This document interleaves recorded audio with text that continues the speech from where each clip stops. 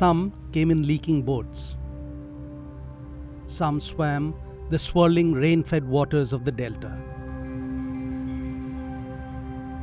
Others gathered in their thousands on the far shore.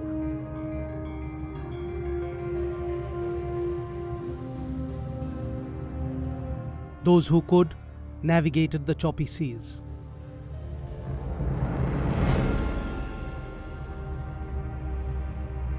A bedraggled, hopeless mass of humanity intent on fleeing the land of their ancestors, fleeing conflict dating back to their forefathers. They came in desperation, they came in droves, they came pursued by hunger.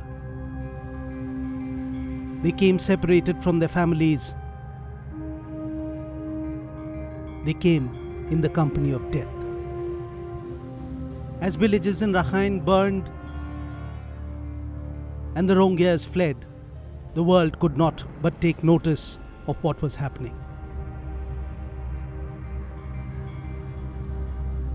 There were voices of protest and indignation from all over the world. But the loudest noise was that of the silence of one whose voice might have mattered the most.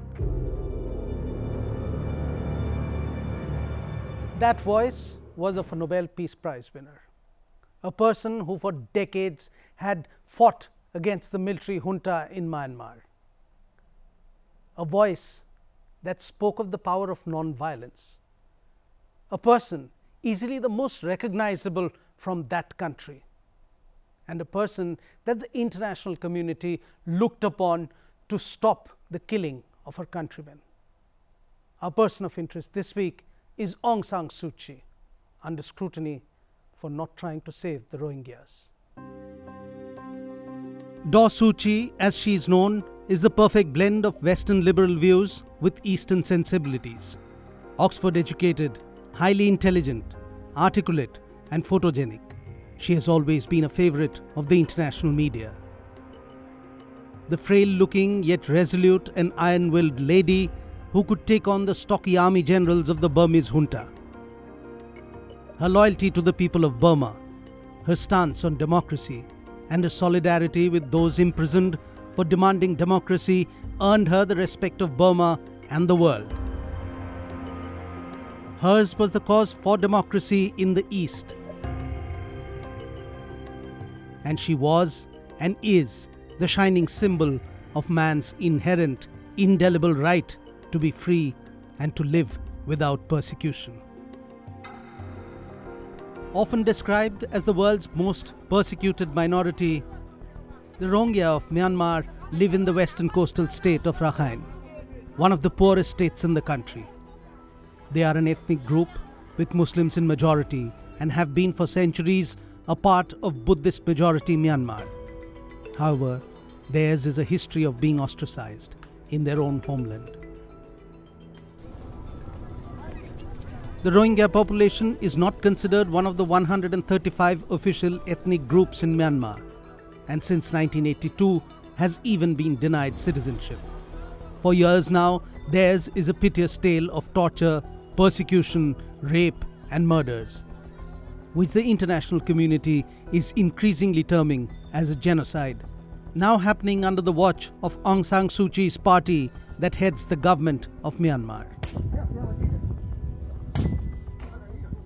The situation remains or seems a textbook example of ethnic cleansing.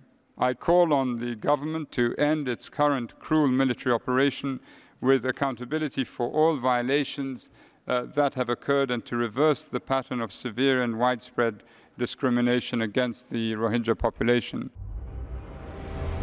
On 25th of August 2017, Rohingya militants attacked security forces.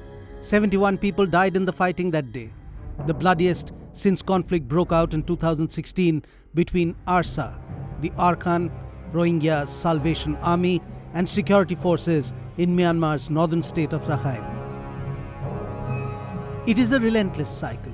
Every time there is an atrocity on the Rohingya, the ARSA militants seek retribution. And every time there is an attack on security forces, there is a massive crackdown on the Rohingya. According to reports, more than 100,000 Rohingya have fled their villages and crossed over into Bangladesh. Those in the refugee camps there claim that the military, assisted by Buddhist monks, have razed villages and killed civilians. The Rohingyas have fled not just to Bangladesh, but to India, Pakistan, Malaysia, Saudi Arabia. The Burmese government, the Myanmarese government says that it's not just the Muslims who have fled, but also the Buddhists and Hindus.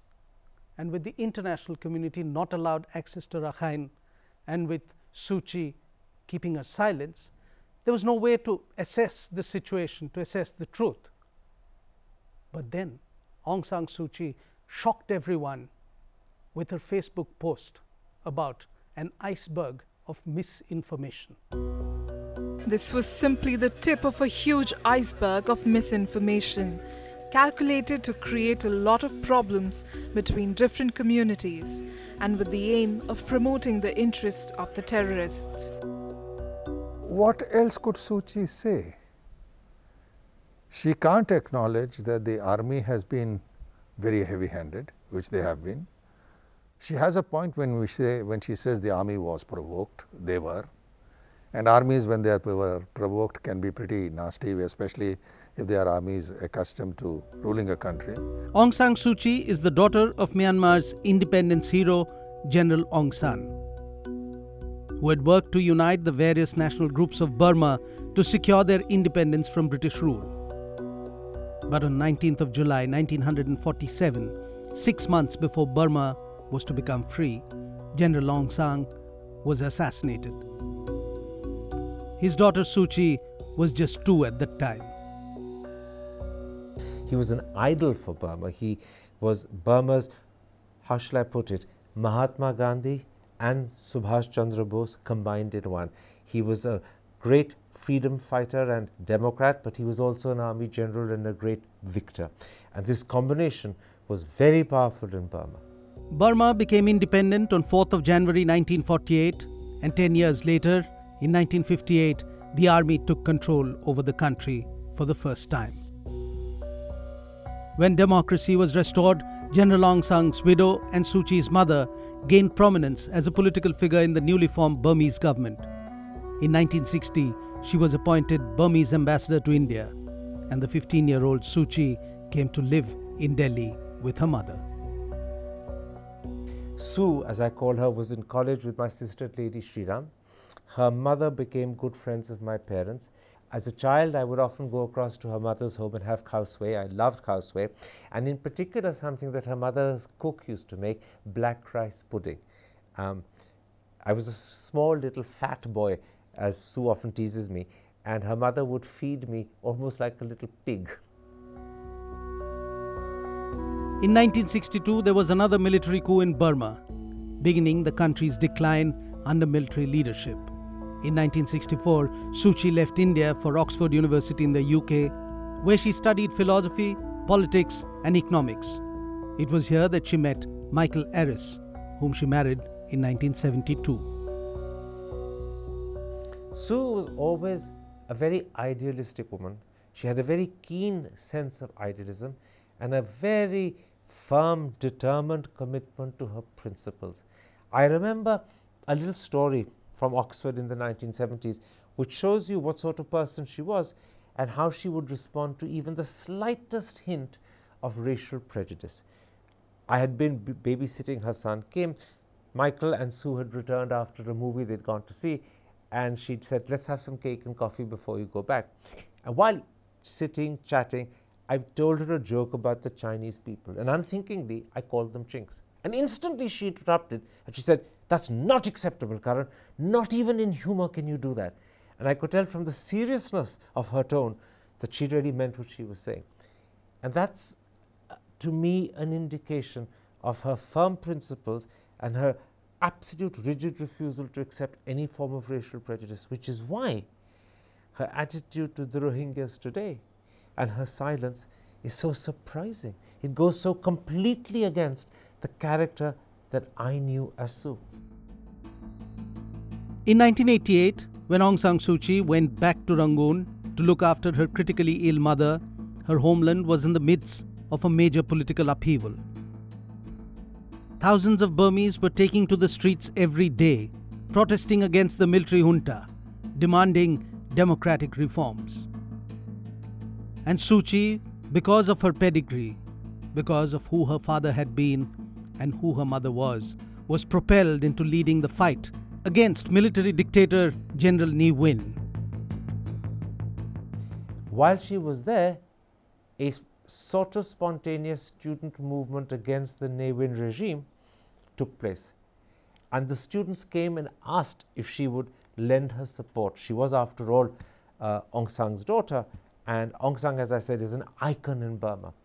And she decided, hesitantly at first, but increasingly with firm commitment, to support the students because they were fighting, struggling for the restoration of democracy and for the very ideals that she and, more importantly, her father had stood for. So it was really the fact that she was in Burma and the fact that this spontaneous student rising happened and that they approached her for leadership that led her to politics. Undoubtedly, she would have found some other way if this hadn't happened. Organizing rallies and traveling around the country, calling for peaceful democratic reforms, Suu Kyi soon became the face of the agitation. She captured people's hearts with her non-violent stance. But in 1989, the government placed her under house arrest.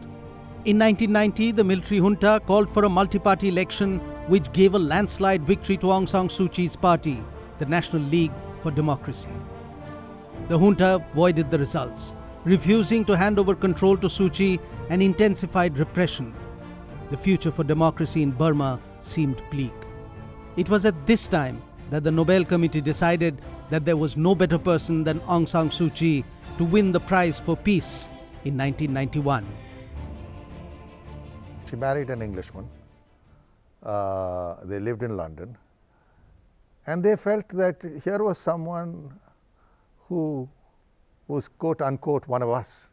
Sue's role as a young lady, separated from her husband and her children, kept under house arrest, had attracted enormous attention because of the very simple, low-profile way in which she went about it. She wasn't seeking publicity, she was fulfilling a commitment, an inner response to what she thought was a moral duty. And that also attracted huge attention. And she follows in the footsteps of people like Mahatma Gandhi and Nelson Mandela in committing herself to non-violence. And I think Burma was a country that the Nobel Peace Prize Committee felt had been ignored. It wanted to encourage this movement, and one way of encouraging the movement was to recognize Sue. For the next 6 years, Suu Kyi stayed under house arrest. Released in July 1995, she still faced travel restrictions. But every word of hers and every move that Suu Kyi made was of immense importance to her country.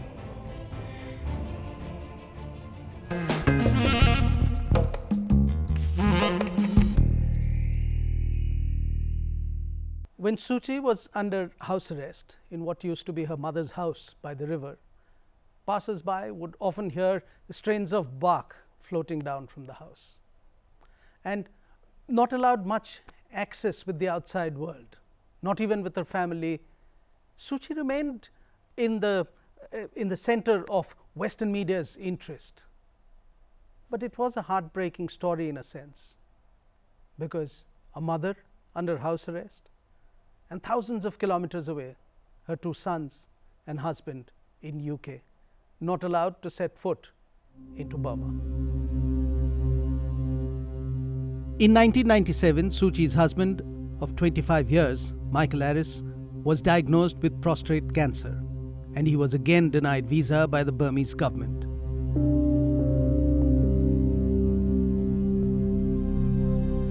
There were many appeals from the United States, from the then UN Secretary General Kofi Annan, and even Pope John Paul II, but they all fell on deaf ears. At that time, Suu Kyi was not under house arrest, and the junta, having denied Michael a visa, urged Aung San Suu Kyi to leave the country to attend to her sick husband. Suu Kyi refused the military's kind offer, knowing very well that that would mean exile, as she would never be allowed in again.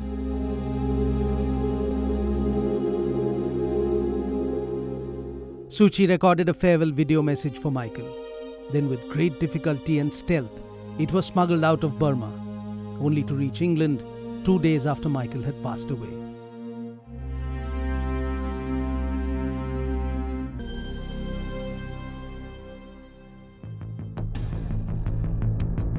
In September 2000, Suu Kyi was placed back under house arrest. She was released after 19 months, but then again put back in. It seemed that the military rulers of Myanmar did not know what to do with her. This routine of in and out continued till 2009, when finally, after years of international diplomatic pressure, the Myanmar government announced that Aung San Suu Kyi might be released soon.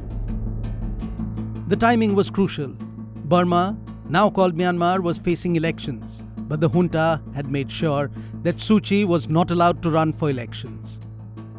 In October 2010, after 15 years of detention over a period of 21 years, Aung San Suu Kyi was released from house arrest.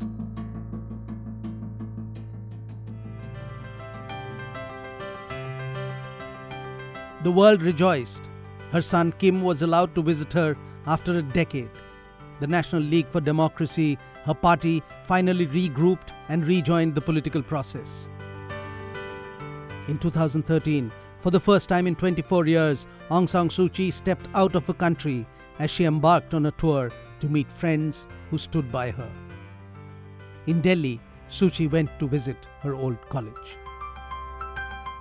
Sue was always a very determined and tough person, very single-minded in what she wanted to do, and very rigid about her principles, which she would always stand by. There was also a huge inner beauty, and still is. She has a very definite style. She's a very petite, slim person, and she always has flowers, usually orchids, in her hair. And she has an engaging smile. She has a way of using her eyes to convey mischievous meaning to what she's saying. Her words are innocent, but her eyes convey that there are double senses. And that quality remained. And she had an engaging laugh which was there. But obviously the Sue I was meeting 20 years later was a much more serious, dedicated person because she'd been through so much. For 2 years, Suu Kyi continued building up her party and drumming up international support for her country to return to the path of democracy. In 2015, her efforts bore fruit as Myanmar saw the first openly contested election in 25 years. Suu Kyi had reached out to her people, and they gave back the biggest mandate Myanmar had ever seen. Suu Kyi's NLD headed for a landslide victory. And although the constitution barred her from leading the government officially, she made it very clear that the power would ultimately rest with her. If the NLD wins the elections and we form a government, I'm going to be the leader of that government, whether or not I'm the president. How would you be leader of the government if you weren't president? Why not? Did you have to be a president in order to lead a country? This is a role akin to the role Sonia Gandhi played in India when Dr. Manmohan Singh was Prime Minister. Not quite like that. So you wait and see and hope that we win the elections 100% so you can find out what I have in mind. But the important thing is that if you are in a position to form a government, the leader of that government will be Aung San Suu Kyi, regardless of whether she's president or not. Of course. Suu Kyi's party, the NLD, won the required 2/3 number of seats contested in parliament to win a majority there.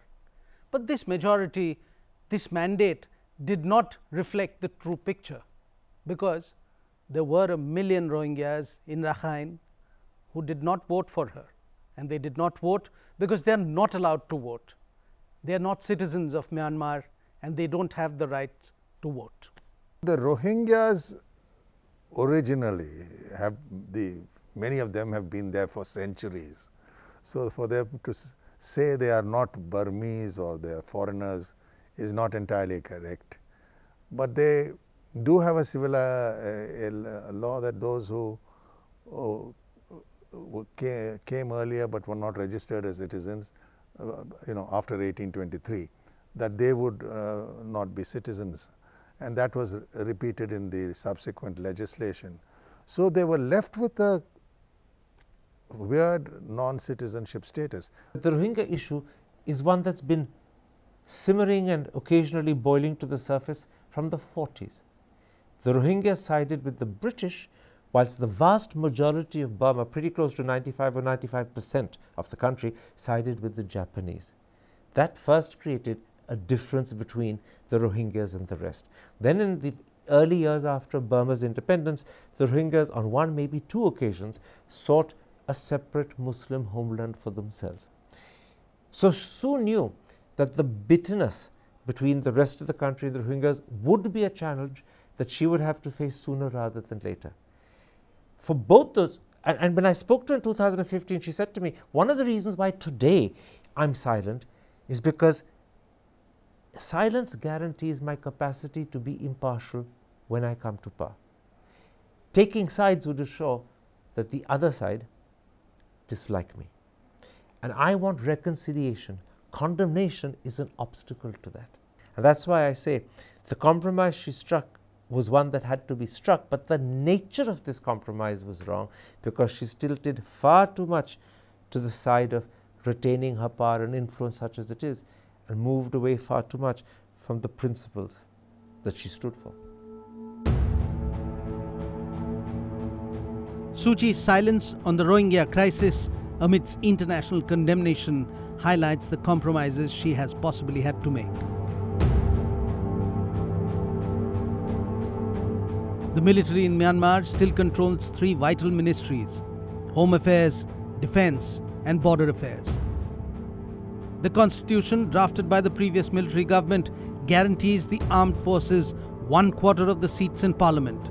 So in a defence, although Aung San Suu Kyi has the mandate, it is the generals who have the real power. 25% of the members of parliament are nominated by the army chief.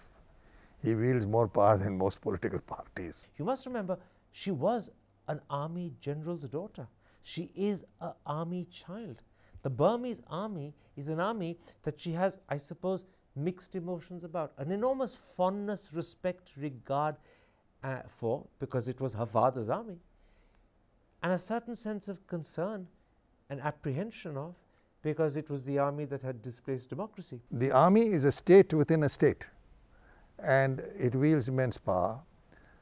And on this particular Rohingya issue, there is a very strong public opinion in favor of a clampdown, and it is being used by the military, backed by the Buddhist clergy. Now, really, I think the world is being unfair to Suu Kyi to ask her to condemn it. If she does it, she's finished politically.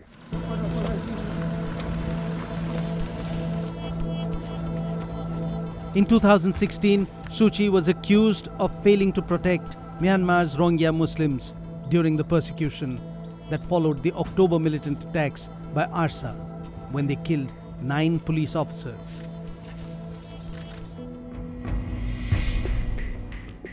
On 4th of September 2017, Yanghee Lee, the UN Special Rapporteur on Human Rights in Myanmar, criticized Suu Kyi's response to the really grave situation in Rakhine, saying, "The de facto leader needs to step in. This is what we would expect from any government to protect everybody within their own jurisdiction." The global outrage flooded the internet, from Malala Yousafzai to Suu Kyi's old friend Archbishop Desmond Tutu. The criticism grew and people raged. If she is forthright, she will be thrown out not only by the army but by the large section of the people, because the anti-Muslim sentiment is so strong. I've seen it. You go through the streets of Rangoon, it's all there. Yangon, it's all there. So, would you rather that she got thrown out and there was no one who could bring in democracy by persuasion, which is what many people I talk of my Myanmar friends say, that, you know, democracy can't be imposed. It has to be absorbed.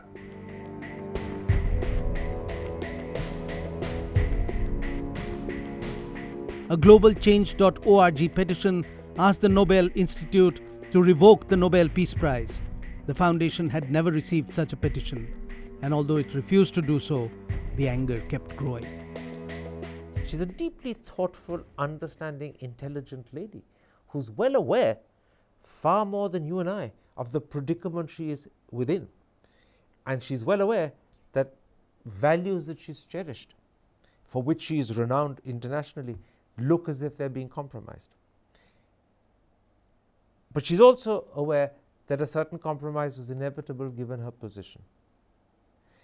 That understanding of her predicament is her greatest strength, because it gives her the capacity to self-correct.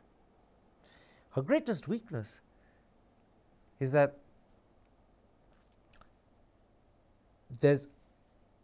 she's not the absolute ruler of Burma, and her need to compromise is also, sadly, strengthening the army because it's weakening her. On September 13th, Aung San Suu Kyi's office announced that she would not be attending the UN General Assembly debate being held to discuss the humanitarian crisis. A Myanmar government spokesman stated, perhaps she has more pressing matters to deal with.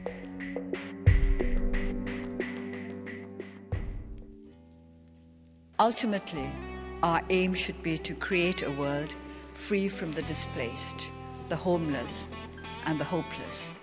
A world of which each and every corner is a true sanctuary where the inhabitants will have the freedom and the capacity to live in peace.